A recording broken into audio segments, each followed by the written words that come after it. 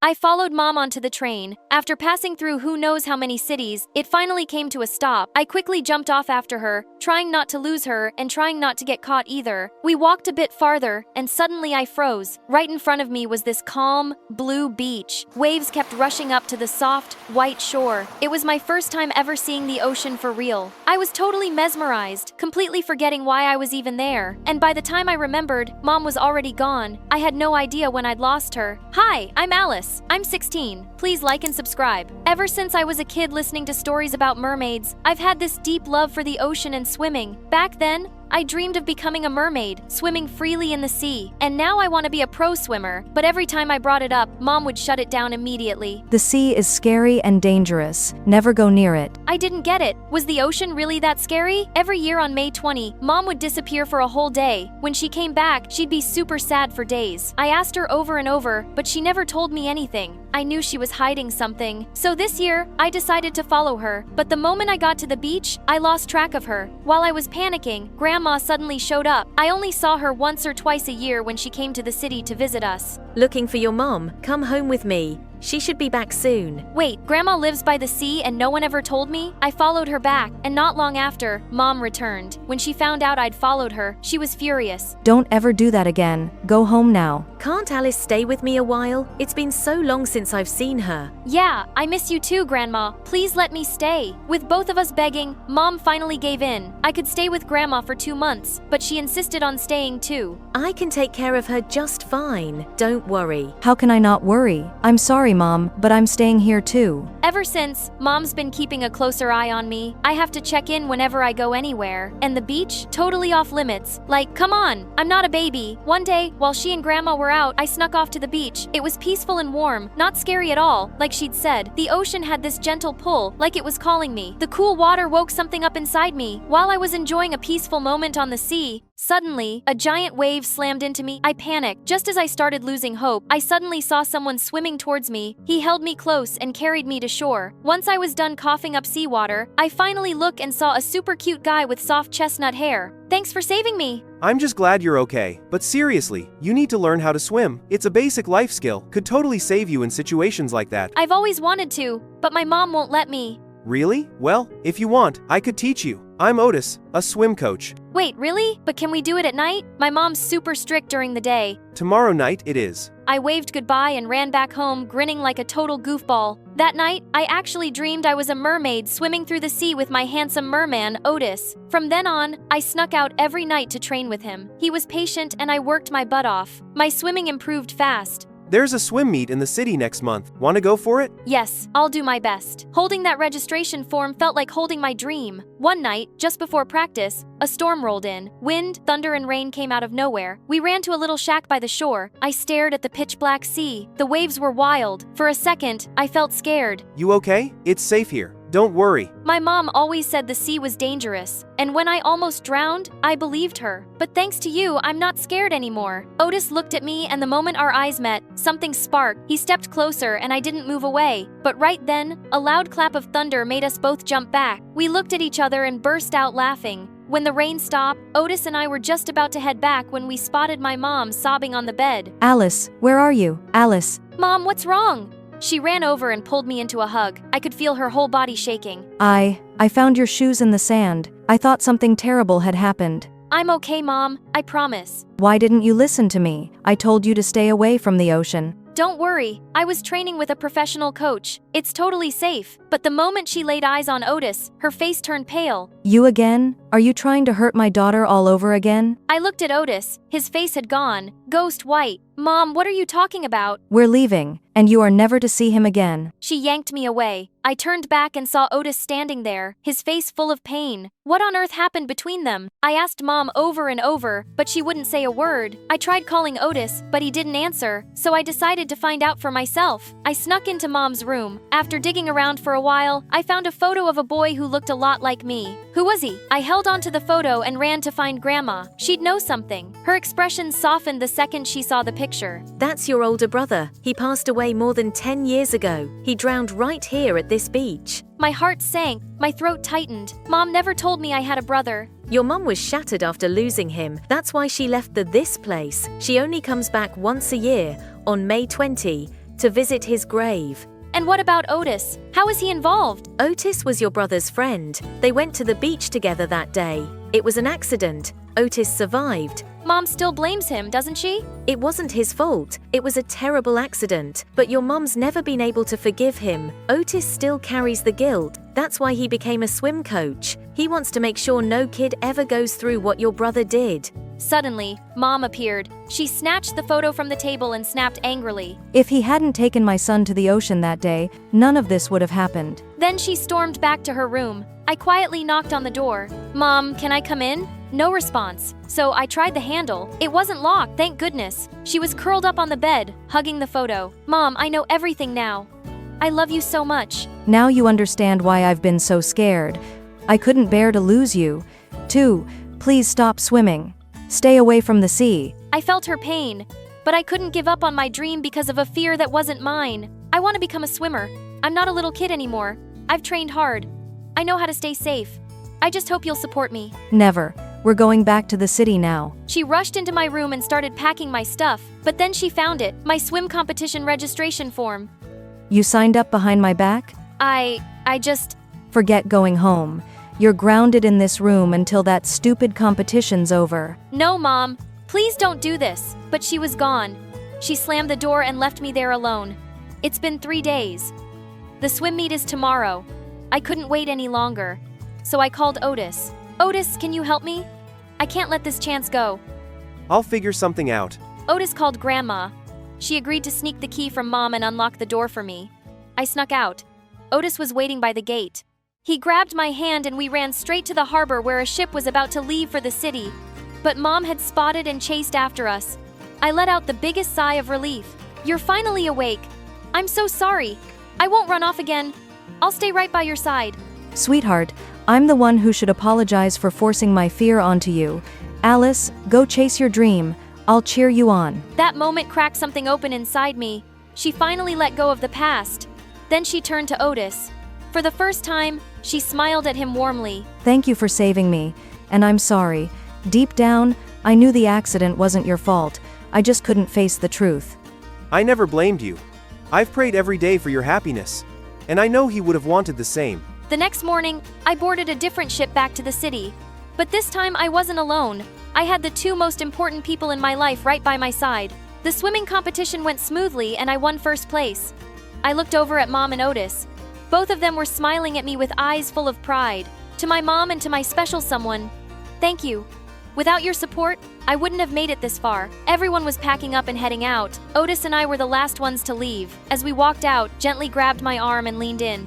Alice, this weekend, want to go on a date with your special someone? Yes, I like that. Lately, rising YouTuber Kelly has been blowing up. She's got everyone's attention with videos like carrying a Dior bag with fast food in it, climbing a mountain in Louboutin heels. using the most luxurious stuff to do the most basic things. Kelly's creating every girl's dream life. But turns out these videos look a lot like the concept from her best friend's reality show. Oh, Kelly, what does Ella have to say about this? Never heard of her. Who even is Ella? Kelly's a total copycat, and I know that because I'm Ella. I went to one of the most prestigious schools in the city. Everyone knew me. I mean, I had my own reality show. In Ella's Golden Life, I wore Chanel glass, pulled diamonds off my Cartier ring to decorate my nails, and used YSL lipstick for my art homework. My boyfriend, Storm B, was a rapper and every teen's dream guy. Sure, he was arrogant and emotionally unavailable, but who cares when he brings clout? Kelly, my bestie, was in tons of episodes. I treated her like my personal assistant, and honestly, she gained a lot from it. Before Ella's Golden Light, no one even knew who she was. Now, when we walk outside, some of my fans recognize her too. Can I get your autograph? I'm such a huge fan. Of course. Hold this for me. Wait, isn't she our maid or something? She's wearing the same dress as you. Yeah, Kelly loves recycling my old outfits, so I give her the ones I'm done with. But you still slay the best. Obviously, Kelly could never touch my level, but lately, things haven't been so perfect. My reality show started losing traction. Views dropped and ratings tanked. Who even watches reality shows anymore? It's all fake. That dream life was totally staged. To save the show, I went big, streaming a full 24-hour episode of my glamorous life on live TV. Everything was ready. A yacht, a giant pool, 5-star hotel, parties, but on shoot day, things went south. Kelly, who was supposed to be with me the whole time, just disappeared. I was livid. I called her like 10 times, and her line kept saying busy. She's losing all her screen time, and I'm not talking to her for a whole week for being this irresponsible. Kelly, you are so dead. How dare you? Ditch! Did she just hang up on me? That's it. Kelly's out. She's never appearing with me again. She's gonna pay for this ungrateful mess. Ella, is that Kelly? She's going viral right now. I snatched the phone and stared wide-eyed at the YouTube video Kelly was showing off. Her snatched body and jaw-dropping curves. Nothing like the plain, boring version of her from before. She had on Louboutin heels, a full Prada outfit, and was out there climbing a mountain like it was a fashion runway. The views were going absolutely bonkers. This kinda looks like your show format. Not a deal. Copycat's gonna copy. I kept filming like everything was fine, but things didn't go the way I hoped. A ton of people chose to watch the new rising star Kelly instead of me. Did Ella just get outshined by her own maid? Her face went ghost white on live TV. That was hilarious. Like I even care. Phew. After that, my oh-so-precious bestie totally ghosted me, blocked me on everything, trashed my emails, and acted like she didn't even know me. Whatever we all know, she's just copying me. She started posting videos like popcorn in a Miu Miu bag, working out in Gucci, and cooking hot pot with a Dior candle. And somehow her views kept soaring. People started calling her by her real name, not Ella's bestie. But they could never be the real deal. My crown might wobble a bit, but I'm still the queen.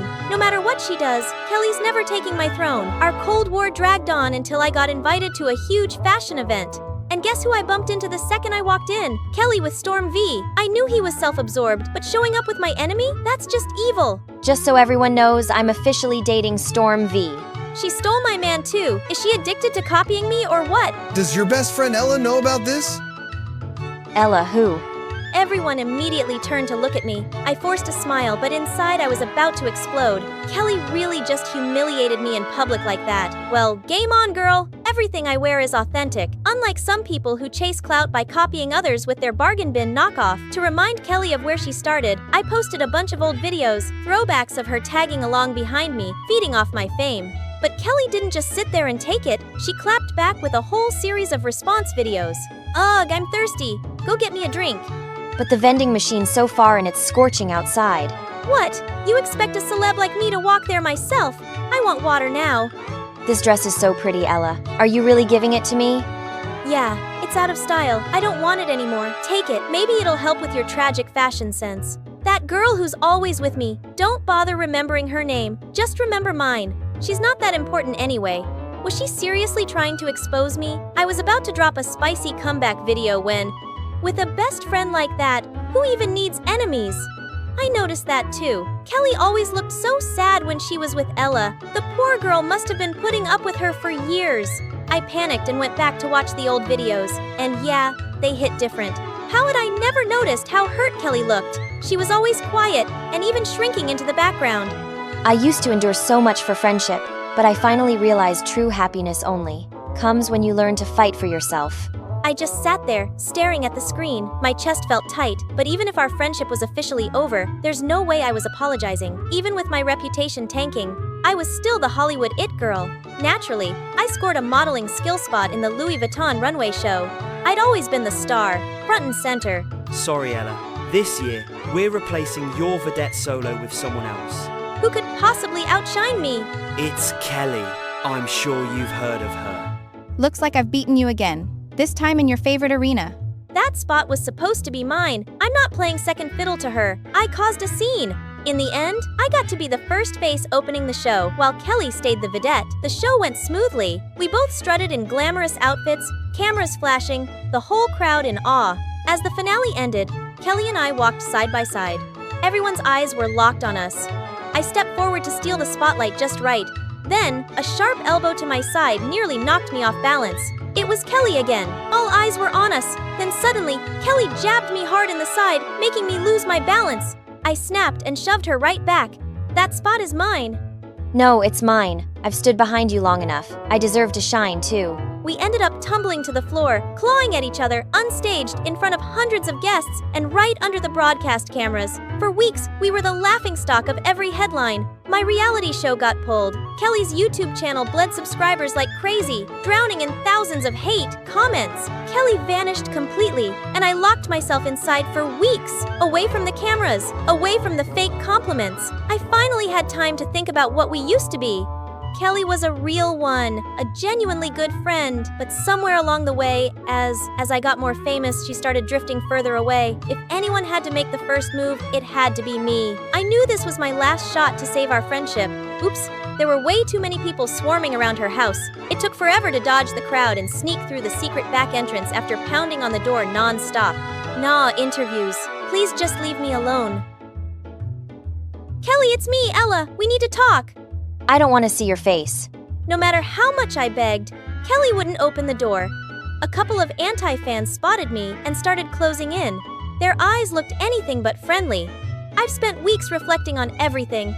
I'm sorry for always acting superior and selfish. I didn't mean to. It's just... fame got to my head. The crowd started pushing closer. Then suddenly, the door behind me swung open. A hand yanked me inside. I didn't expect you to actually apologize. I hated always being in your shadow, so I fought to rise up. But I ended up becoming selfish, too. We let it all out, every flaw and frustration we had with each other. Turns out neither of us was perfect, and then we both cracked up. We're both kinda terrible, huh? But besties again? All right, bestie. Turns out saying sorry isn't that hard. All those misunderstandings just melted away after one honest conversation. Smile bigger. Perfect. Rolling. I'm Ella, and this is my bestie, Kelly. We started this channel to inspire girls with simple fun tips for makeup and fitness. Kelly and I launched a new YouTube channel. No designer show-offs, no fake luxury, just real positive content. And we've realized we don't need flashy labels or some famous boyfriend to prove our worth. You know those stories about the sons and daughters of famous people? Well, that's not my story. I mean, I am the daughter of an Oscar-winning actress, yes, but my story is far crazier. My name is Layla, and I live in a huge mansion in Beverly Hills with my mother. It had always been just the two of us. I never knew my dad, and Mom never spoke of him. I didn't have siblings because Mom said pregnancy ruined her perfect body once, and there was no way on earth she would let that happen again. But Mom was delighted to have me. You see, I had my perks. I was a beautiful baby. So much that by the time I was 3, Mom had me cast hundreds of ads and made sure my face was everywhere. Magazines, TV commercials, formula, even diapers. But I didn't care much for it. On my 4th birthday, my mom woke me up. Honey, wake up. We're about to be late for the photo session. Mommy, I don't want any more photos. I want to watch Cinderella. It's my birthday. Cinderella is poor and filthy. You have nothing to learn from her. We did not watch Cinderella, but while Mom was super proud that I had started my career so early, I just thought feeling lucky was a pretty crummy feeling. I was always tired and so bored. We were always traveling, and Mom only paid attention to me to explain how important beauty creams and lotions were. Once I asked her to read me a bedtime story, and she laughed and tossed the book aside and said, "Oh, sweetie, stories are for dumb, ugly kids. You need to know how much more important it is to start using this lotion early."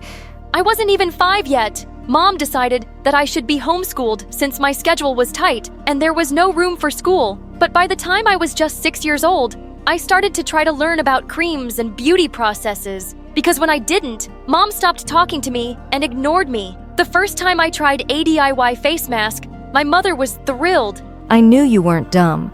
I was so happy with her attention that by 7, I was practically professional.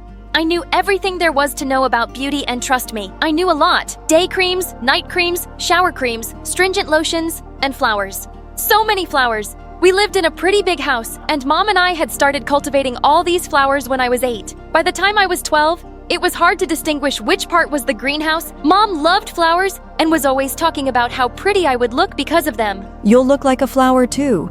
I was so curious that I tried to add some flowers to my plate, but Mom wasn't the only one obsessed with beauty. And once she finally allowed me to go to school, I began to realize everyone was obsessed with beauty. Not only was I famous, but I was also a living encyclopedia of DIY beauty hacks. So obviously, every girl wanted to be my friend. One day, they all started to beg me to take them home. We'd love to see where you live. I was thrilled I'd never had any friends over, but as soon as we got home, they ran to Mom and said, "Oh my God, we thought we'd never see you." Adopt me so I can be as pretty. My mother was delighted with my new friends. She turned to me and said, At least you're smart enough to be friends with the right kind of girls. Then she spent hours talking about flowers and beauty. Pretty soon, I realized that I didn't have any real friends. Everyone just liked me so they could be beautiful. I talked about flowers at home. I talked about flowers at school. I was beginning to lose my mind. Luckily, around that time, Mom took me to the Cannes Festival. That's when my entire life changed. We went to see an art exhibition of this famous artist and the paintings. That was a whole new world for me. And suddenly, I realized I wanted to do that. I wanted to paint flowers. I immediately signed up for art class at school. I became obsessed with it. A few years of practice, and I was getting really good at it. It was my hiding place because my friends just wanted to drag me to the mall all the time. You're so lucky to have your mom. Mine doesn't understand anything about beauty or fashion. She lives in flip-flops. Oh gosh, don't even get me started on mine. She doesn't even know what a primer is. But now, I started to care even less about fashion, and that translated to my clothing quite quickly. One day, we were walking through Rodeo Drive, and my mom looked uncomfortable. I was enjoying a greasy bagel. Honey, people are staring at you. So, You're not even wearing makeup.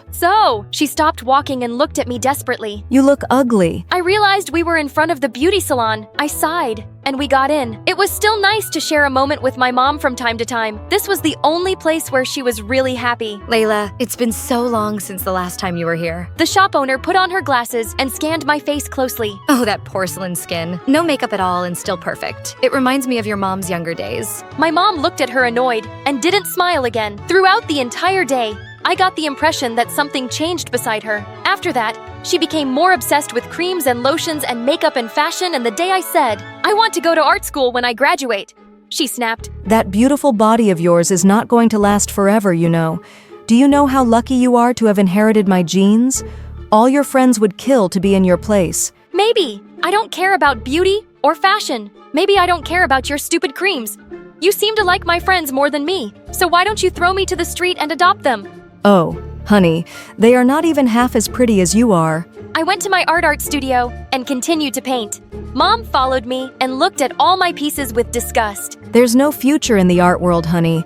You should take advantage of your beauty while it lasts. Like you did. It doesn't look like it worked. What are you talking about, you little brat? Look around you. How do you think I got all this? You really think you'll get all this with those stupid drawings? I don't care if I get all this. I never cared for any of this. All I ever wanted was to be with you. Mom rolled her eyes and said, Drama, drama, drama. I wasn't going to leave my dream aside, so I applied to every university in the country that had a good art program. My mom looked at my computer monitor from behind and said, I'm not paying for this nonsense.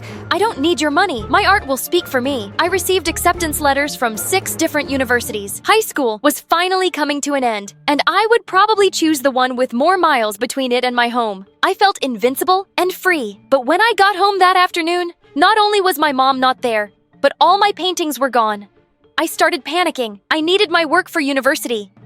I had over 50 pieces. Where the hell were they? My phone started to buzz with hundreds of messages. Your mom is so awesome. I didn't know your mom was such a gifted painter. Your mom rocks and emoticons everywhere. Mom a pain. I saw a picture of my mother with all my paintings, and behind her the Place National Museum of the Fine Arts. I jumped into an Uber and rushed there. There were photographers everywhere. There she is. It's her daughter. And blinded me with her flashes. I saw my mother waving at me and smiling. That which she came to me and said to the reporters, My beautiful daughter, isn't she beautiful? She's always there for me. For you! You stole my art! She stole my art!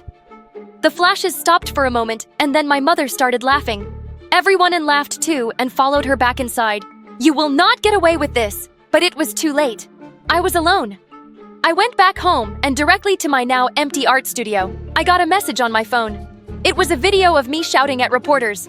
It went viral in an instant. The very next day at school, everyone was looking at me like a freak. I heard their laughs and whispers. I went to the art room. It had been my refuge for years now. I felt like an imposter. What's wrong, honey? I looked around and saw my art teacher. She must not have seen the video before. Before I knew it, I had broken into tears. My mom stole all my art. I felt helpless. No, she didn't. She didn't steal these ones. And I have you on video. What? I always feel my students. It's for academic purposes. She handed me a tape with a smile. I looked at it for a moment. I was so angry. I thought of taking it directly to the news. But then I thought of my mother. This would ruin her. This is your art, your life.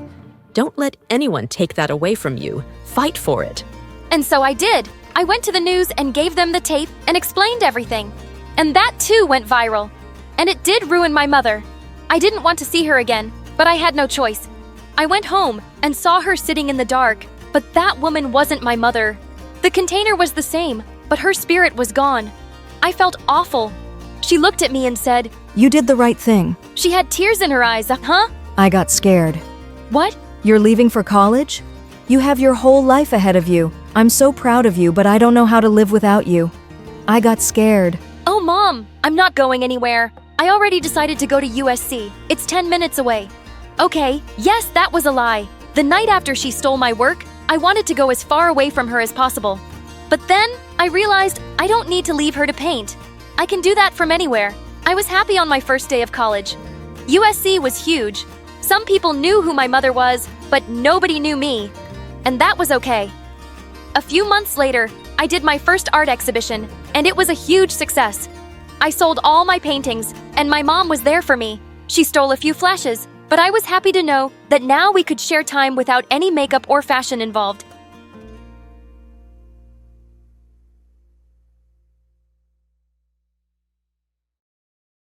Hey, I'm Anna, and I have a crazy story to tell you. But before I do, please like and subscribe. I grew up in an orphanage, and ever since I was little, I was surrounded with people who loved me. They said I had the prettiest blue eyes, and my smile could brighten up a room. I'm sure you'll get adopted by someone amazing, and you'll live like a princess. I wish, but I don't want to leave you guys too. I loved my life there, but I wanted a real family too.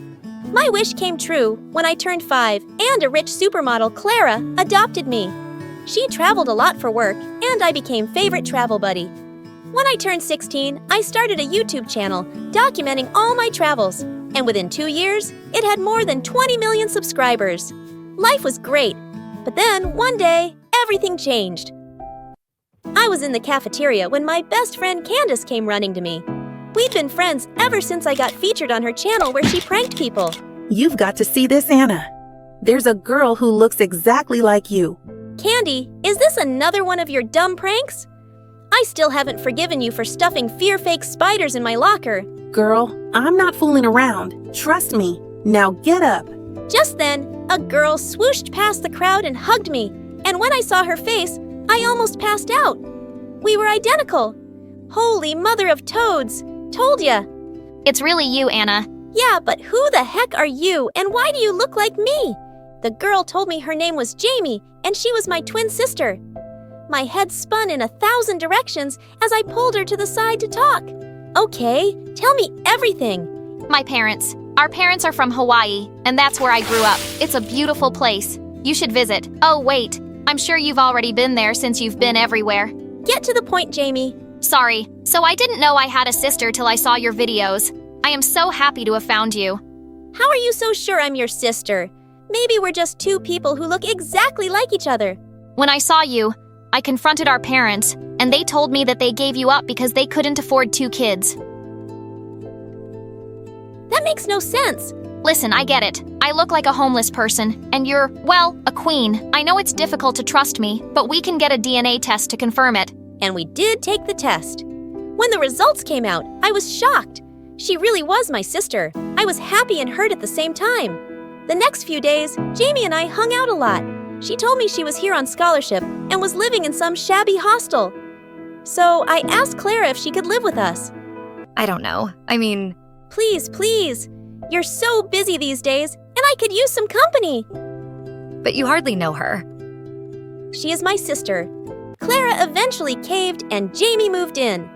We set up a room and stayed up all night, talking. Slowly, we got close, and Jamie even helped me shoot my videos. One day we were shooting in the schoolyard when Liam, the hottest guy in school, walked up to me. Wow, and here I thought you couldn't look prettier. Yeah, says the guy who has the whole town drooling over his looks. Did you get a new haircut? She noticed. As Liam left, Jamie smirked at me. You totally like him. No, I don't. I mean, he's cute and all, but I don't know. We've been friends for so long. Okay, that was a total lie. I've had the biggest crush on Liam, but I wasn't sure if he liked me that way, so I kept my feelings to myself till I found a good time. The next few weeks, I took Jamie with me everywhere, and Candace wasn't too thrilled. She's always around. It's annoying. Give her some time. You'll warm up to her. Now let's get this video started. Our fans are waiting. Just then, Jamie walked in with drinks, tripped on the cords, and sent the soda splashing all over the computer screen. Get off me. You ruined everything. Do you know how much money went into the system? I'm sorry. Please don't worry. Be mad. I slipped. Just tell me what you want me to do. I'll get a job and replace all of this. Should I sell my phone? I'll even sell my hair. Oh shoot, can't I just… Jeez, Jamie, chill out. Accidents happen. Candy, I'll replace your stuff. Let's not make a big deal out of this. Candace left angrily, and Jamie cried all day until I took her out for ice cream, and she finally shut up. We even decided to stay home that weekend because Jamie was so bummed out. But then Liam invited me for a party, and I couldn't say no. I asked Jamie to tag along, and she reluctantly agreed.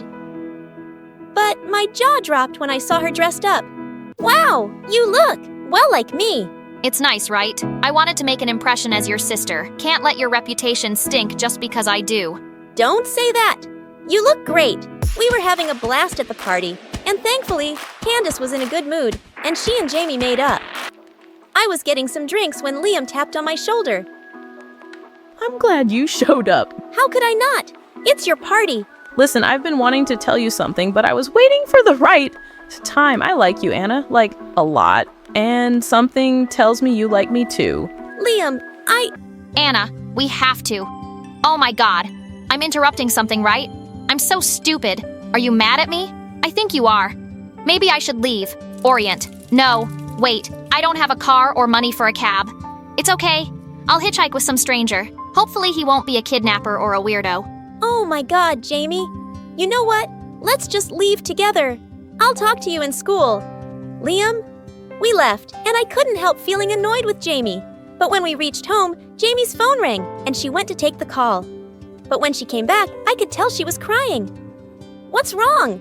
Our parents want me to pull out of school and come back home immediately. You know, Anna, I've never had a friend because Mom and Dad just wouldn't let me leave the house. I hate them. They're crazy. It can't be that bad, Jamie. They chose you over me, so I guess they do love you. I just wish I could ask them why they had… That's it. We should switch places. You'll get your answers and I'll get some time to think about how to convince them to let me stay here. I don't think that's a very good idea. Sure it is. Aren't you even a little bit curious about them? I was curious about my parents, and maybe going as Jamie wasn't a bad idea. But I couldn't tell Clara. What if she didn't like the idea of me meeting my birth parents? And definitely not Candace, because she would just talk me out of it. We decided to do the switch over the weekend since Clara was out of town. Soon, I was on a plane to Hawaii, and when I reached Jamie's house, I kind of teared up seeing my birth parents, but they looked terrified. Quick, come inside now before someone sees you. Hello? No, hi, how are you? Oh, I really hope no one saw you. Just go and clean up and we'll talk. That was weird. I figured out which room was Jamie's and started to unpack. I was just wondering what to say to them when they walked in. Jamie, how are you? Are you okay? We wanted to talk to you about that money, but you're probably tired. Let's do it in the morning. Here's some food. With that! Mom put the plate on the floor and ran faster than a bullet. Jamie was right. These people were crazy. I wanted to confront them immediately, but I was too tired and fell asleep. But the next morning, I woke up to loud banging noises. We know she's in there. Open up. You can't hide her forever. What's happening? Guys? You shouldn't have come back. Jamie, why are you here? Stop yelling. And I'm not Jamie. I'm Anna. You know, the daughter you once had. What? Did you stop your medication again? Just go inside and let us handle these people. My birth parents went outside to calm the crowd. An hour later, we sat down and I told them everything. About me being Anna, them being my real parents, the adoption, everything. They looked completely stunned. Anna, this is not true. It is true that Jamie's our daughter, but she's adopted. What do you mean? You're not my birth parents. Number We took Jamie in when she was just 2, and the adoption agency did tell us she had a twin. But we could only adopt one kid, and she was really sick, so we decided to take her in. We loved her and did everything to make her happy, but she was always looking for more. She stole from us and borrowed from everyone in town and never paid anyone back. That explains all the angry people this morning. Yes, we had to sell whatever we had to pay them back, but it wasn't enough. When she told us she wanted to go to New York to study, we thought maybe she'd changed for the better. But now you're telling us she found you and she's in your home. She's not fine. Anna, you need to go back now. I immediately packed my stuff, but as luck would have it, Hawaii got hit by a hurricane. Thankfully, it was a small one, and flights were cleared to go after 2 days. I tried reaching out to Clara, but she was shooting in a remote location and my calls weren't going through. Just then, I saw in my Insta stories that Candace was having a party and Jamie was there too. So I headed there.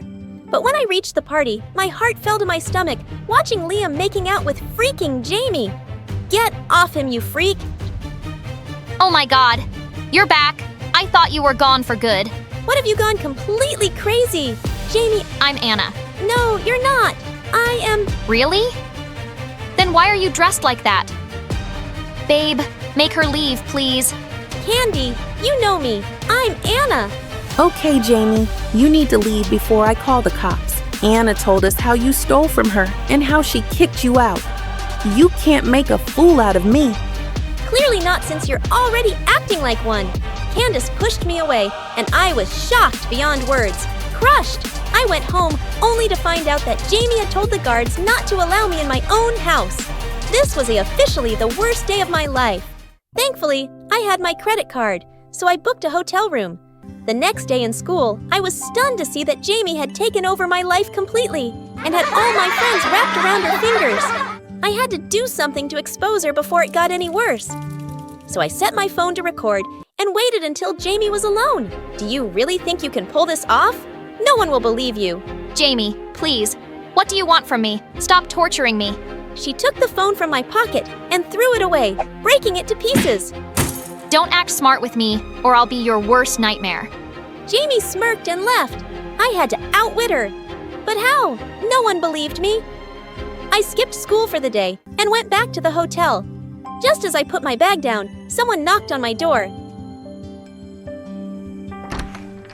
Clara. Anna, thank God you're okay. I just landed and tried to call you, but I couldn't get through. Then I saw you'd used your credit card and booked a place here. Jamie, I'm sorry, Mom. I should have listened to you and not trusted Jamie at all. Clara calmed me down and I told her everything. I thought she'd scold me, but instead, she hugged me and took me home. She even told the guards not to allow Jamie in and informed Jamie's parents. Obviously, that didn't go down well with Jamie. What is happening? I did you a favor by not throwing you in jail for robbing me, but after this... What? You'll tell everyone that I'm you and you're me? You can fool my friends, but you cannot fool my mom or your own parents. Suddenly, Jamie saw her parents walk in and turned white as a sheet. Is this some kind of joke? Who are these poor people? Get off me. Jamie, let's go home. Honey, enough of this. What home? This is my home. Listen, girl, you're not my daughter. So pack your stuff and leave, or I'll call the police. Jamie tried to protest, but she knew it was pointless. She left soon after, and I didn't press charges. I only wanted my life back, and jail time would have ruined Jamie's life. She was a witch, but she was still my sister. A week later, I went back to school, and Candace walked up to me. Baby, I'm so sorry. I should have known. It's cool. I just wanted to get past everything. Candace and Liam apologized, and a few months later, Liam and I started dating. He even joined me on my travel adventures, and things went back to normal, or so I thought. A year later, I was in Italy with Liam for a shoot. It was pretty late when I got to the hotel, but as soon as I entered, I realized someone was in my room. My blood froze to see Jamie grinning at me. How? How did you get in? We're identical, remember? It wasn't difficult to get the master key from the manager. Tell me, are you enjoying living my life? What do you want? I want what's rightfully mine. I should have been the one adopted by a rich family, but instead I got thrown into a dump. While you're living like a princess, you have everything. The big house, the perfect mom, the golden boy. That's just not fair, is it? Jamie stared at me with murder in her eyes. I tried to say something, but words just fell out of my mind. Suddenly, I heard a huge crash, and Liam rushed in with the police. Are you okay, Anna?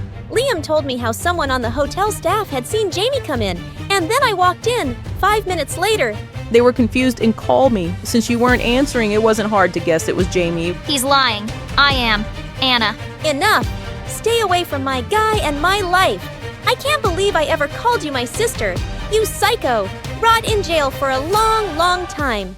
The police took Jamie away and I never saw her again. It took me a while to get over the episode, but with therapy and support from friends and family, I'm better and thriving.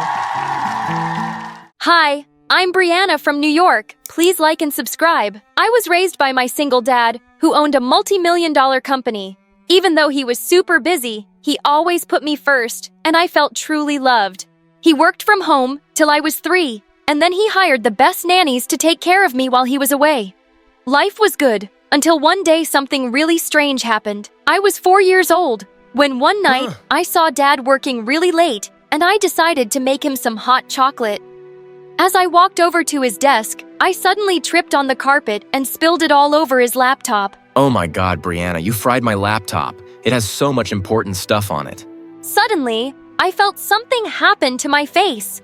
I could feel my lips and nose and cheeks twitch uncontrollably. Dad noticed it and immediately took me to the doctor. She told us that face twitching was an involuntary condition, and it just happened to some people when they were stressed. There wasn't really any cure for it. When I turned 5, Dad enrolled me in the best school around. In the first lesson, the teacher asked us all to write a few lines about ourselves.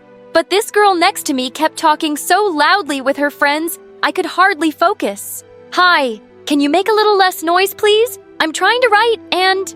Gosh, are you telling me you're as stupid as you look? But don't interrupt me again. Just then my face twitched, and she looked even angrier as the others laughed. She thought I was mocking her. And after that day, Mona became my sworn enemy. And it just stayed that way forever, even when we got older.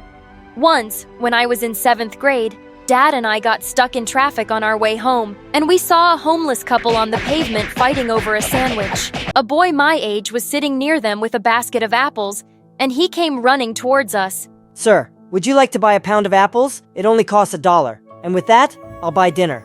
Dad bought 5 pounds and gave him $200. The boy's face lit up and he skipped off happily. Poor kid. He should be in school, but his parents can't afford it. Dad, why don't we do that? Let's send him to school. Please, can we? He smiled and nodded. A week later, Dad enrolled him in my school, and when the teacher introduced him to the class, I found out his name was Jack. He didn't seem to recognize me, and I never brought it up that I'd seen him before or that my dad was the one who helped him. I didn't want him to feel embarrassed, but the rest of the kids were brutal, especially that Mona. Hey Jack, why do you walk to school every day? Where's your car, man? Come on, guys. Can't you see how poor he is? His pants are 2 sizes too small for him, and all he eats for lunch are apples. I wanted to punch her face, but Jack didn't even react and walked away. I asked Dad to get him new clothes, and the next day, Jack looked so much happier. One day at the end of class, the teacher asked Jack to collect everyone's assignments. As he was walking through the aisle, someone stuck a leg out, and he tripped and landed hard on the floor. I rushed forward to help him, but Mona got there first and threw a whole bottle of ink on him. That was it. I grabbed her bag and threw everything out of the window. She screamed and pulled my hair. I turned around and slapped her face as we wrestled. We went crashing into a poor kid's solar system project, sending planets flying everywhere. We both ended up in detention, but it was worth it. The next day, I saw Jack walking towards me in the hallway, and I felt nervous. It was the first time we'd be talking. As he got close, my face started twitching. He stopped and abruptly turned away. Oh no, Jack. Please stop. I didn't mean to tease you. You just wrinkled your nose like I'm something disgusting. I thought you were different after what you did yesterday. Just let me explain, will you? I told him about my condition, and his face softened. We started hanging out after that, and soon we became friends. Well, I started having a small crush on him. He was sweet and simple, unlike any of the other rich hoity-toity boys I knew. A few days later, at a park entrance, someone was selling lottery tickets, and we both got a ticket each for fun. The results were posted online the next day, but Jack said he was too nervous to look. I laughed and took both tickets and started scrolling through the results. My eyes almost popped out when I saw some numbers. The winning one was mine. OMG, I just won the $10 million lottery. I didn't really need it, but this money could change Jack's life. So without another thought, I switched our tickets. Oh my God, Jack, you've won freaking $10 million. Can you believe this? He stared at me in shock, then started whooping and jumping around like a crazy monkey. It was the best moment of my life. I was so excited to meet him after the weekend. But as soon as I entered school, I spotted him in a corner surrounded by some kids, including Mona. Gosh, couldn't they just leave him alone? I rushed forward and shouted, "Just knock it off and stop bullying." No, Brianna, relax. They're my friends. I stared at him in disbelief. Friends? These guys? Turns out, Jack was on the local news for being the lottery winner, and now everyone in school was suddenly his friend. Kids were swarming over to our table at lunch and nearly knocked me off trying to sit closer to him. Everyone wanted to know what he'd do with his millions, and, well, he was spending them. One day, the flashiest red sports car drove up to school, and Jack jumped out of the back seat. He was now wearing branded clothes and carrying the latest iPhone, showing everyone pictures of his mansion. I was really happy for him, but he was suddenly so busy with all these new people and going to parties, I barely got to see him anymore. So one day, I texted him to ask if we could meet later, and he said he'd love to take me out for dinner. In fact, he picked out a really fancy restaurant, and it kind of felt like a date. But I was so mad when I kept waiting for 3 hours, and he never showed up. He wouldn't even pick up his phone. On my way home, we were driving past some cafes, when suddenly I yelled at my driver to stop. I spotted Jack under a streetlight, putting his scarf around a girl's neck and pulling her in for a kiss, and the girl was freaking Mona. I stormed over to them. "What the heck, Jack? You stood me up for dinner, and what are you doing with her?" He's kissing me. Twitchy face. Because I'm his girlfriend. His what? Jack, are you crazy? Gosh, Brianna, I totally forgot about dinner. And no, I'm not crazy. Mona has apologized for everything to me, and she's actually really sweet. No, she's not, Jack. Can't you see? She's suddenly into you because you're rich. That's why all those other people are your friends, too. What's your problem, Brianna? Why can't you just be happy for me? Does it bother you that I'm not your poor friend anymore? The one you can feel sorry for and take care of? You just can't stand that I'm as rich as you now. I can't believe you just said that. And suddenly, my face started twitching horribly. God, I hate when your face does that. It's so annoying. I snapped and slapped him across the face. I don't even know who you are anymore. And with that, I ran back to my car with angry tears down my face. I was heartbroken, and I told Dad everything that had happened that night. I'm so sorry, sweetheart. And I'm sad to hear Jack's turned out this way. He'll soon realize he's lost the best friend he ever had. Well, it didn't look like it would be anytime soon because he and Mona were now the hottest new couple in school. I could hardly stand to look at those two. But thankfully, the next few weeks, I was too busy working with my science club members to see much of them. Some professors from Harvard were coming to judge our projects, and we had a chance of winning a spot in a super exclusive summer program. When it was my turn to speak out at our presentation, I started off really confident. But just then, I spotted Mona and Jack in the auditorium, pointing and making faces at me. I tried to focus, but I felt so flustered my face started twitching, and I forgot all my words. I turned to leave, and I tripped and crashed straight into our project. As I saw Mona and Jack laughing from the corner of my eye, I picked myself up and ran away from there. I couldn't believe my best friend had become a spiteful jerk, ruining everything for me. I just never spoke to him again. A few days before the end of high school, I was walking past the principal's office when I saw Jack inside. What's happened to you this past year? You've ignored all my warnings and now you've failed 3 subjects. You're not graduating high school. You'll have to repeat a year. What? Come on, surely we can find another solution. How about I pay you 10 grand and you make my bad grades go away? Get out of my office, Jack. I quickly walked off before he could see me. He was so smart, but he'd just been wasting his time over stupid things. And Mona publicly dumped him the same day when she found out because she said she didn't want to be with a loser anymore. I graduated high school with flying colors. And of course, Dad came to attend. Oh, hello, sir. I wasn't expecting to see you here. Well, I was hoping to see you graduate along with my daughter, Jack. Your daughter? What's her name? Brianna. What? Brianna is your daughter? Yes. In fact, she's the one who insisted I send you to school all those years ago. You have a lot to thank her for, son, including that lottery ticket you think you won. I was gathering my stuff from the locker when suddenly I found Jack standing behind me. What do you want? Brianna, I know what you did. What kind of crazy person gives away $10 million? What? How do you know that? It doesn't matter, just tell me.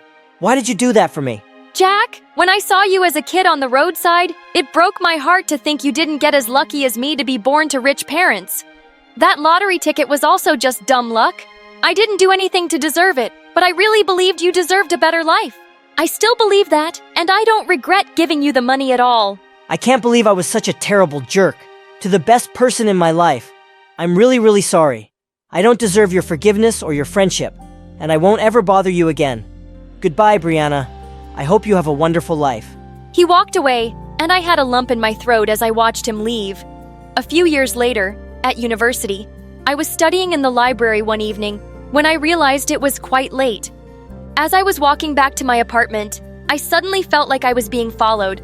I looked around to find two masked men right behind me. I tried to run, but they caught up instantly, and one of them snatched my bag as the other pushed me to the ground. Just then, someone came out of the shadows and punched one of them. To my shock, I saw it was Jack.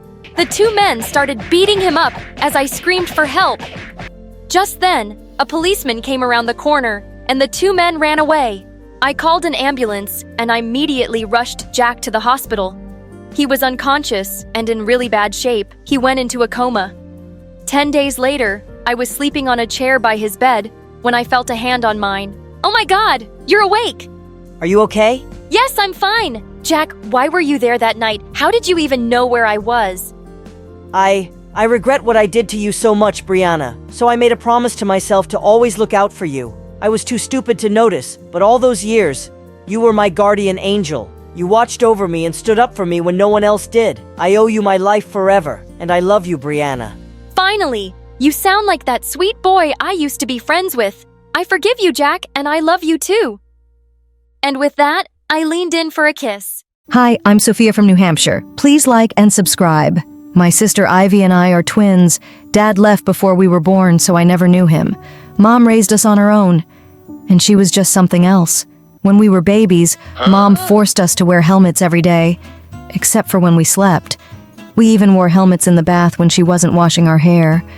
Mommy needs you to wear these, so you don't bump your heads and die. She even placed mats all over the house. When Ivy and I were learning to crawl, our home felt like a massive soft cushion. Worst of all, Mom never allowed us to go outside, except the nearby grocery store sometimes. And she took us to the park once a year on our birthday. But it was only when the house was empty at night, and we were stuck with online homeschooling. The world is full of kidnappers, diseases, and other terrible things that can harm you girls. Neither Ivy nor I understood why Mom was so strict, but I was always getting into trouble. I would bang and kick the walls or throw and break things. I hate this house. Mommy, I want to live outside like a panda. Pandas do not get brand new iPads. Yay, I get to play Candy Crush. Ivy never realized that Mom only bought us fancy things to keep us distracted, so we wouldn't try to escape the house. The only enjoyable part about being indoors was when Mom played music on the radio. My favorite was the rock station. But one time, I turned up the volume so loud that it felt like the house was shaking. Ow, my ears! I'm taking away this radio. You're lucky you didn't make us all deaf. I hated Mom, and I was pretty sure she hated me. One day, when I was 8 years old, I woke up to Mom standing on my bed, drilling something into the wall. Mom, what are you doing? I'm installing alarms that detect anyone trying to go out your window. This way, no kidnappers can get in, and you and Ivy can't get out either. Look, darling, I bought you a giant doll for you. At that moment, something inside me snapped. I grabbed the giant doll and threw it hard at the window, smashing the glass. And then I jumped outside. Mom screamed. She leapt outside to catch me, but I was running like a lunatic. When I was certain I had gone far enough, I paused to catch my breath. Then I began doing a happy dance. I was free. Suddenly, I heard noise and stomping in the background. A bunch of guys with drums and guitars came marching down the street, and I was so thrilled. I never thought I'd hear music again. As they came closer, one of the guys called out to me. Why are you hiding behind that tree, little girl? I don't know. You might kidnap or kill me. Mom warned me about people like you. What are you talking about? This is a music parade. Come sing with us. Before I knew it, I was marching with the parade and singing along. It turned out I was a pretty good singer too. But all of a sudden, I saw Mom and Ivy running to me with about 10 cops. Mom took me straight to the doctor to make sure I didn't catch any diseases from being outdoors. For the next 4 years, that was the last time I ever got to be alone. From now on, I'm never letting you or Ivy out of my sight. I'll work at home. You girls will move into my bedroom. Ivy and I couldn't even go to the bathroom without Mom standing outside the door.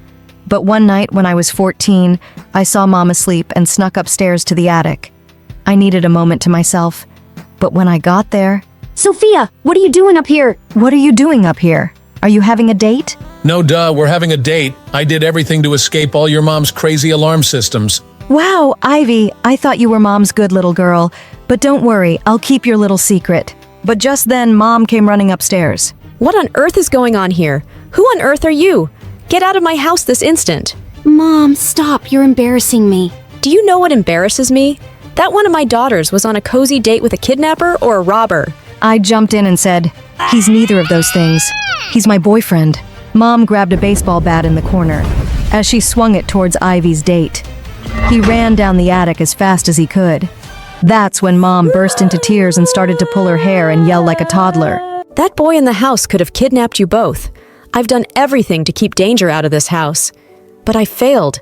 I have to send you girls to a strict boarding school with security cameras in every single room. Good.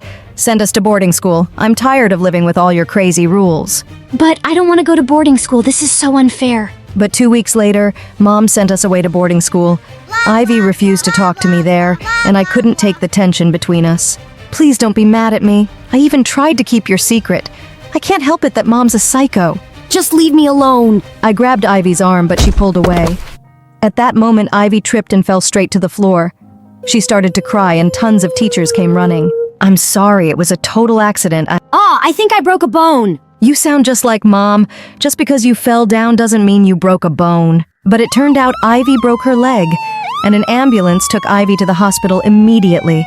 I probably should have gone with Ivy to the hospital, but something in the hallway made me forget all about Ivy's accident. There were all these photos of famous musicians. In the center was a musician that looked just like my mom when she was a teenager, and the name under it was also Mom's. Hey, fancy bumping into you again. I turned around to see the guy from our attic. Aren't you my sister's boyfriend? Nah, your sister and I just had that one disastrous date. Why were you staring at that picture? I think this is my mom. She looks exactly like her and has the same name, Jen Zelda. No, that's Jen Zelda, a teen rock star, but she stopped making music a long time ago. That psycho lady who tried to hit me with a bat is definitely not her. It's not funny. You don't know what it's like to live with a crazy mom who hates you and spoils you at the same time. Why do you think I'm in boarding school? My parents sent me here because they don't want me around. Wow, I'm glad someone else's parents hate them too. I mean, not glad. You know what I mean? Listen, I need your help. I know it's impossible, but I need to find out if that girl in the photo is my mom. Nolan and I spent days researching Jen Zelda, but we couldn't find a picture of her that wasn't old. And no matter what, we couldn't find a reason why she quit her career. And Mom was nowhere on the internet. She was always worried about creeps and kidnappers finding out where she lived.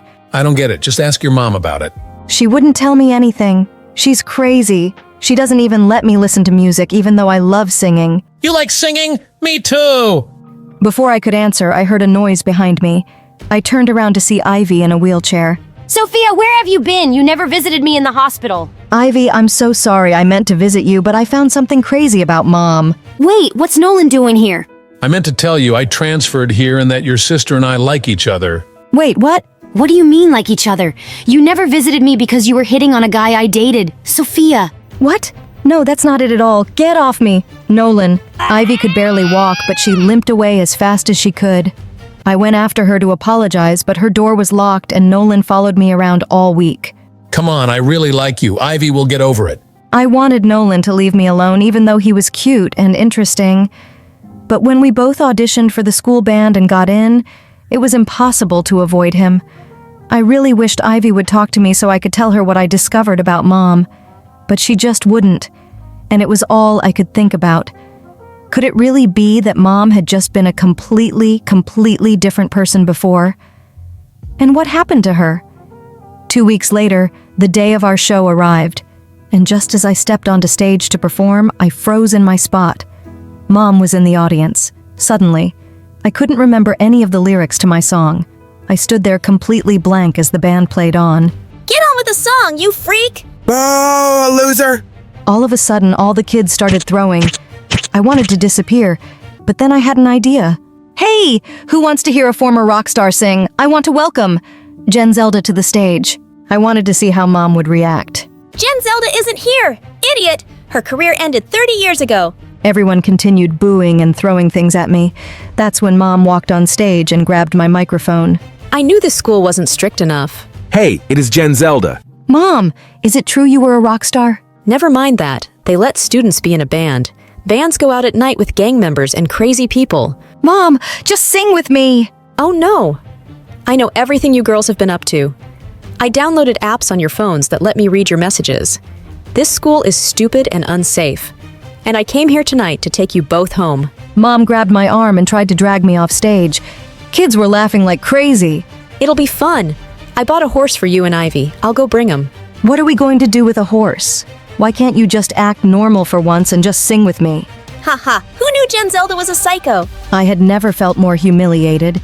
Before I knew it, I screamed, "Security!" My yell made my mic screech across the auditorium, and to my shock, security guards came running on stage to take my mom away. She cried and kicked her legs in the air. I need to take them home.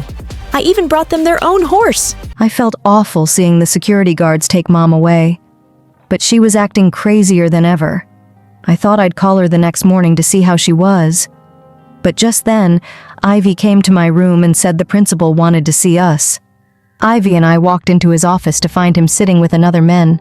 Girls, you won't be seeing your mother for a while. She's in the hospital. In the hospital? Is she hurt? After what we saw on stage, we did an investigation. Your mother has a condition. A condition? It's called schizophrenia. Her brain works a little differently. She worries about things that other people don't worry about. But she was a singer, wasn't she? She was an incredible musician. Her condition is why she had to stop. But don't worry, girls. Your mother is in the hospital getting help, and you'll be able to see her soon. Ivy and I were totally silent, walking out of the principal's office. For the first time in my life, Mom's weirdness sort of made sense. I wonder if that's why Dad left Mom. Because of her condition.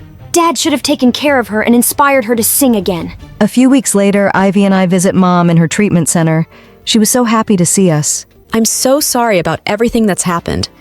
And Sophia, I'm so proud of your talent. Music runs in our blood, honey. In a couple of months, Mom was out of treatment and back home. It took a while for Mom to let go of her crazy rules. She never became completely normal, but she was so much happier. She told Ivy and me all about her life as a rock star. It turned out she and I were more alike than I ever thought. Jen Zelda really is your mom. And even though she's a little different, she gave you a killer singing voice. You're really going places, Sophia. Nolan and I ended up dating all throughout high school. At the end of my senior year, we got a job at a production company. We had the opportunity that year to perform in a world tour.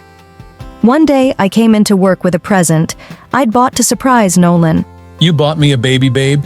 Is this your way of telling me I drool? No, it's my way of telling you I'm pregnant. I know we only finished high school, but I love you, and I want to start a family with you. What do you mean you're pregnant? We're going on a world tour. It's even in the contract. Don't get pregnant. I thought you'd be happy. Happy that you'd want to throw all our dreams away? Happy that we have to pay thousands of dollars to this company? Maybe this is a sign we shouldn't go on this tour. Then we can raise our baby without anything holding us back. I love you, and I don't want anything to hold us back. But I'm not ready to be a dad, Sophia. and I'm not gonna raise this kid with you. Nolan, are you leaving me? I'm sorry. My life only consisted of two things the next 9 months: pregnancy and debt from all the money I owed the company.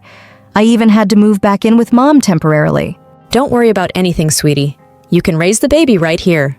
Thanks, Mom. Just as long as you don't make him wear a helmet. Ivy and Mom were right next to me in the hospital when I gave birth to my perfect baby boy, Miles. Suddenly I heard a voice behind me.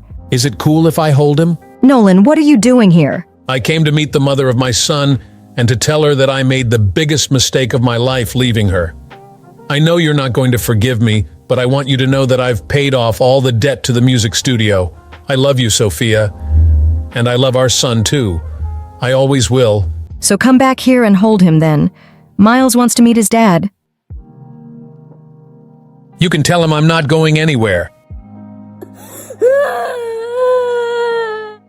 While Mom was at work, I crept into her bedroom and searched her closet and all her drawers for evidence of something. I lifted up a blanket from her bed and almost had a heart attack. Hi, I'm Nancy from China. See, my mom, she was the prettiest girl in our whole town. She literally won the Chinese beauty pageant 5 years in a row and became rich from it. Everyone would stop her in the streets to tell her how beautiful she was. Best of all, Dad adored Mom to bits and was always showering her with gifts. And then I was born. Oh, darling, she looks exactly like you. Same lips and cheeks. You and Nancy should compete in pageants together when she gets older. Well, that's exactly what we did. When I was 3, Mom and I competed in duo pageants, winning every time and soaking out the glory. Then one day, when I was 10, I was in my dressing room when I heard Mom had to be rushed to the hospital. What's going on? Is she hurt? It's her skin. It's become completely wrinkled and inflamed. The doctors think she has a rare and untreatable condition. What do you mean untreatable? I want to see my mom. Now! No, Nancy, the pageant is in 3 minutes. You'll have to go on without her. I was totally powerless, but I did end up winning first prize. Sadly, everyone was too depressed to celebrate. Mom looked like a freaking 80-year-old with red lumps on her face. It's obvious. I won't be able to compete with you anymore. Look at me. Mom, don't talk that way. Hell will always be beautiful in my eyes. Oh, spare me. Nancy, I don't want your pity. I felt so awful. And as I continued competing in pageants, people constantly compared me to my mom, especially my grandma. It's heartbreaking what happened to my daughter's skin. It's too upsetting for me to visit her these days. At least you look the way she used to. Their comments made me furious. I could feel Mom's growing resentment. Worst of all, the tension was affecting my parents' relationship, and they started fighting all the time. Finally, when I was 16, my parents divorced. Mom got custody since she'd been my primary caretaker, and it was then I decided I'd had enough. I don't want to be in pageants anymore, Mom. I only did them in the first place because of you.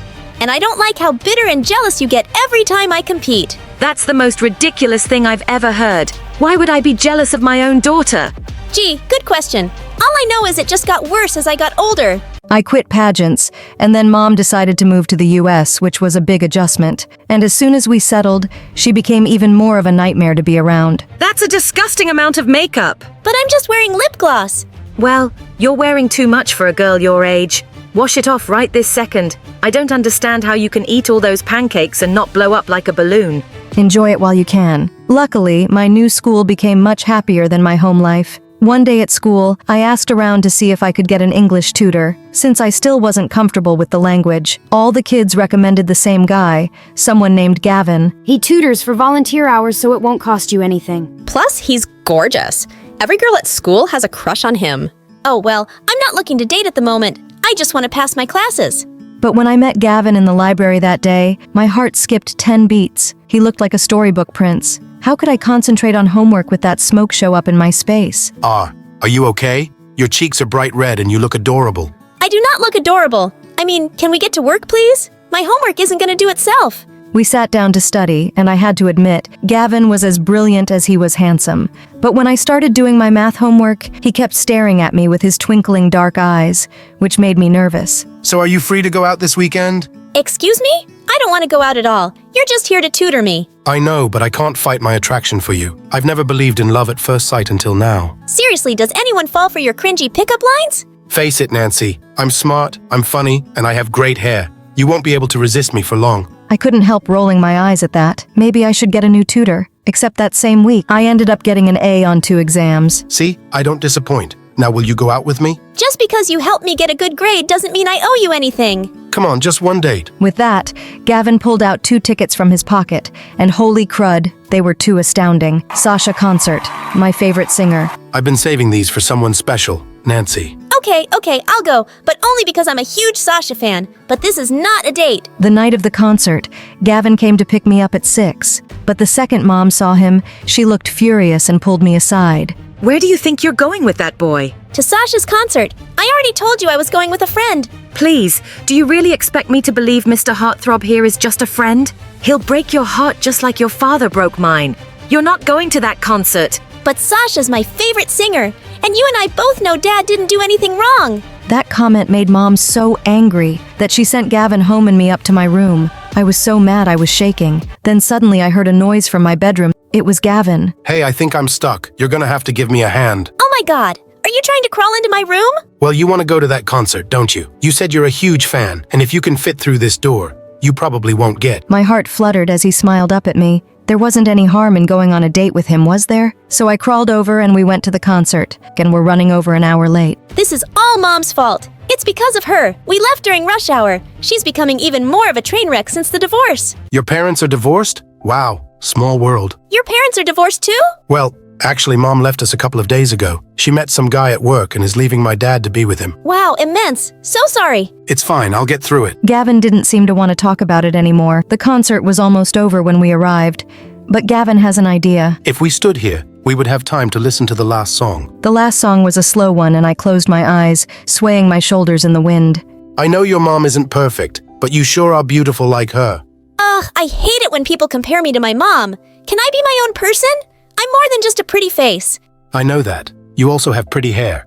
I slapped him right then, and he leaned in for a kiss. I felt fireworks between us. Then suddenly Gavin pulled away. No, I can't do this. What do you mean? I don't want to fall for you.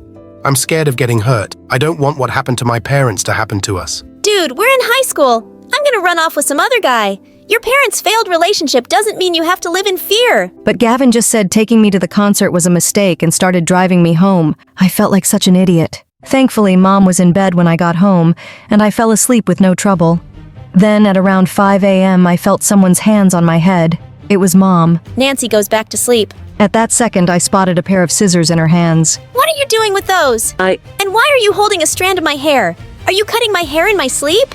I just need a couple of strands. What? Why? Please don't ask questions. No, I will ask questions. You can't just cut my hair in my sleep without telling me why. Watch your tone, young lady.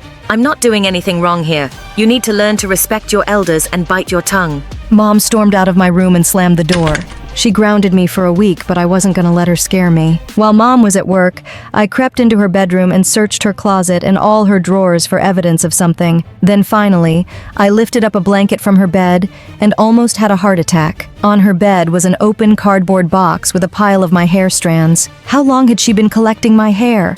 I wasn't sure what she was gonna do with it, but I knew one thing for sure. I needed to get away from her. I thought about booking a flight to China to go back and live with Dad. Except what if he didn't allow me to? The next day at school, I was in the library, when suddenly I saw Gavin sitting across from me reading a book. Oh darn, I'd forgotten to cancel our tutoring sessions. Nancy, hey! Hi, look, I won't be needing any more tutoring sessions. I'm moving back to China. Wait, what? You're leaving? Yes, and I don't know when I'll be back. You made the right choice not to kiss me at the concert. We would have both ended up hurt. Everyone I've ever been close to in my life has done me wrong or got separated from me.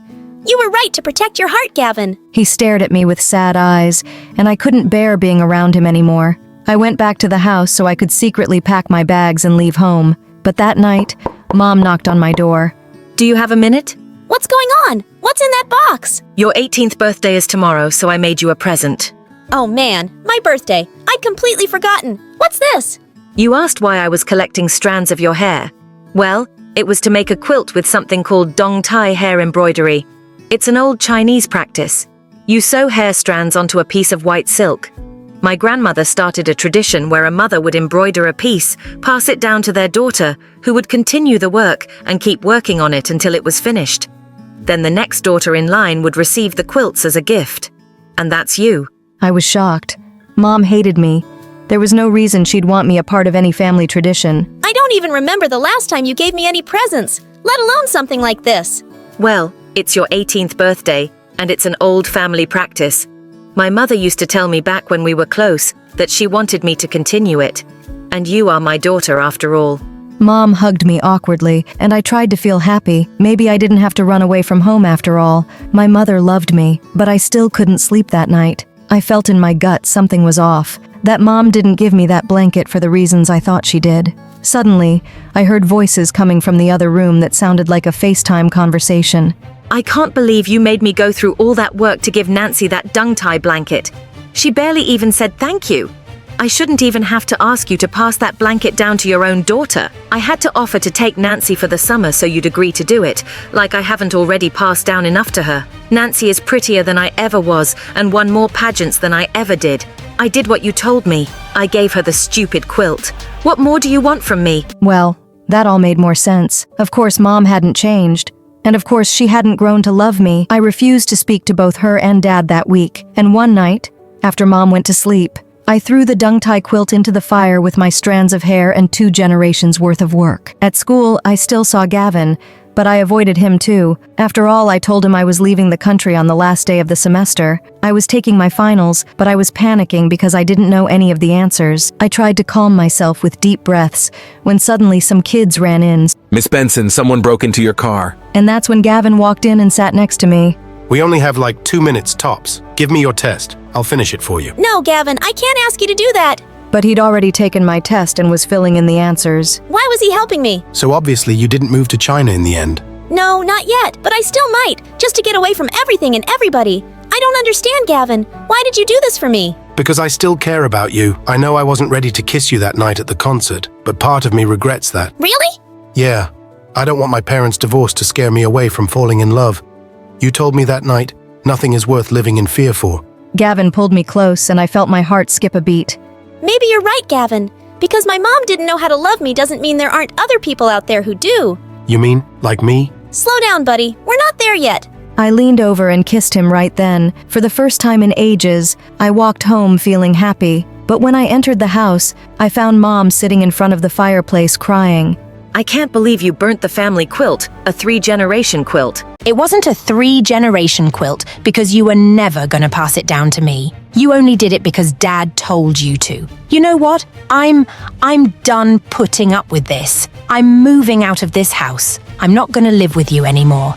That summer, Dad let me stay with him in China, as he promised, and Gavin and I applied to the same college and got in. Even after returning to the US, I didn't see Mom, and I also blocked her phone number. But one night at college, I was awake studying when I got a freaking message from Mom on TikTok begging me to call her. Oh, honey, I'm so glad you called. I've been wanting to talk to you and make amends for a while. Too late for that. Mom, I really don't have time to talk. I have midterms tomorrow. Nancy, you didn't let me finish. I've been seeing a therapist and working through my issues. I want to be better. I want a fresh start. Well, I am glad to hear you're finally getting help. I know you've been suffering for a while, but I can't just forget the way you've treated me all those years. Maybe one day I can forgive you. I just don't know when that'll be. I understand. Well, if you ever do want to start over, my home is always open to you. I love you, and I'm sorry about everything. Thanks, Mom. I've always wanted to hear those words from you.